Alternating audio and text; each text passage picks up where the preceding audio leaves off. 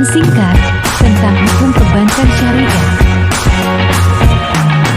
Assalamualaikum warahmatullahi wabarakatuh. Saya Siti Halimah dan rekan saya Feni Marhayu. Kami dari jurusan Ekonomi Syariah. dan kami di sini akan membahas tentang hal-hal apa saja sih yang berkaitan dengan hukum perbankan syariah. Yuk, menurutmu apa sih pengertian tentang hukum perbankan syariah itu? Jadi menurut saya pengertian tentang hukum perbankan syariah adalah segala sesuatu yang menyangkut tentang bank yang memenuhi prinsip-prinsip syariah dan memiliki peraturan-peraturan yang harus dilaksanakan. Oh, jadi itu berkaitan dengan prinsip-prinsip syariah ya? Iya, dan harus kita jalankan sesuai dengan prinsip syariah. Oh iya Siti, aku mau bertanya loh. Sebelum adanya landasan hukum perbankan, menurutmu apa latar belakang aturan hukum perbankan syariah tersebut? Menurutku ya, latar belakang aturan hukum bagi perbankan itu pertama, semua transaksi perbankan tidak akan lepas dan permasalahan hukum. Yang kedua, tidak semua orang tahu tentang hukum tersebut. Yang ketiga, hukum sering dirasakan sebagai penghambat. Itu saja sih menurutku. Oh, jadi ada 3 ya? Atau masih ada yang lainnya lagi?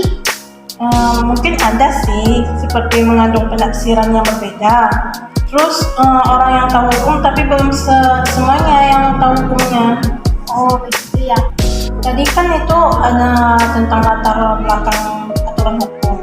Sekarang dasar hukumnya apa yang ada di perbankan ini?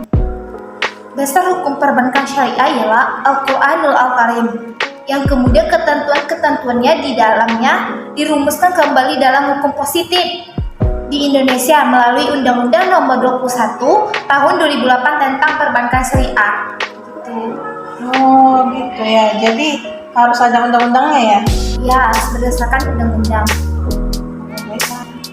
Jadi di dalam perbankan pasti ada azas hukum perbankan. Nah, menurutmu apa pengertian dari azas hukum perbankan dan yang termasuk kategori azas hukum tersebut apa saja? Menurutku azas itu kan landasan. Azas hukum perbankan adalah landasan kekuasaan yang dipergunakan sebagai tumpuan berpikir dalam penegakan hukum dalam perbankan syariah. Yang termasuk kategorinya yaitu azas berkontrak bebas, azas keadilan, azas kemanfaatan, azas kepastian hukum. Oh, jadi azasnya ada 4 ya? Iya, ada 4. Oh iya, yuk. Ada sih pertanyaan aku tentang kedudukan di hukum Islam di Indonesia. Itu apa saja sih kategori yang di dalam kedudukan hukum Islam di Indonesia?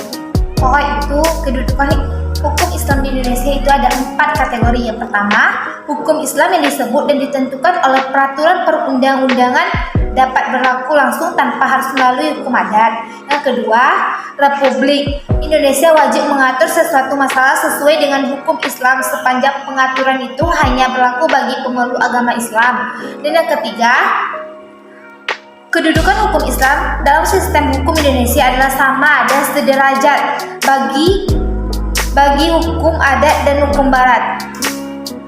Dan yang terakhir itu hukum Islam juga menjadi sumber pembentukan hukum nasional yang akan datang di samping hukum adat, hukum barat, dan hukum lainnya yang tumbuh dan berkembang dalam negara Republik Indonesia tersebut. Jadi yang lebih intinya itu hukum Islamnya ya kan? Iya, lebih inti ke hukum Islam ya.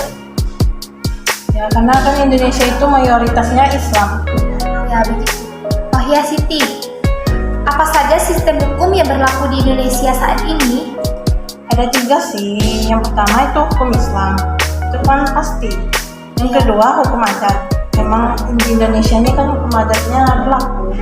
Terakhir itu hukum barat karena yang terbawa dari luar negeri. Oh sih. Jadi ada 3 ya. Iya. Obrolan singkat tentang hukum perbankan syariah dari kami berdua. Semoga bermanfaat untuk kita semua. Sekian, terima kasih. Jangan lupa subscribe, like, and comment. Terima kasih. Bye bye.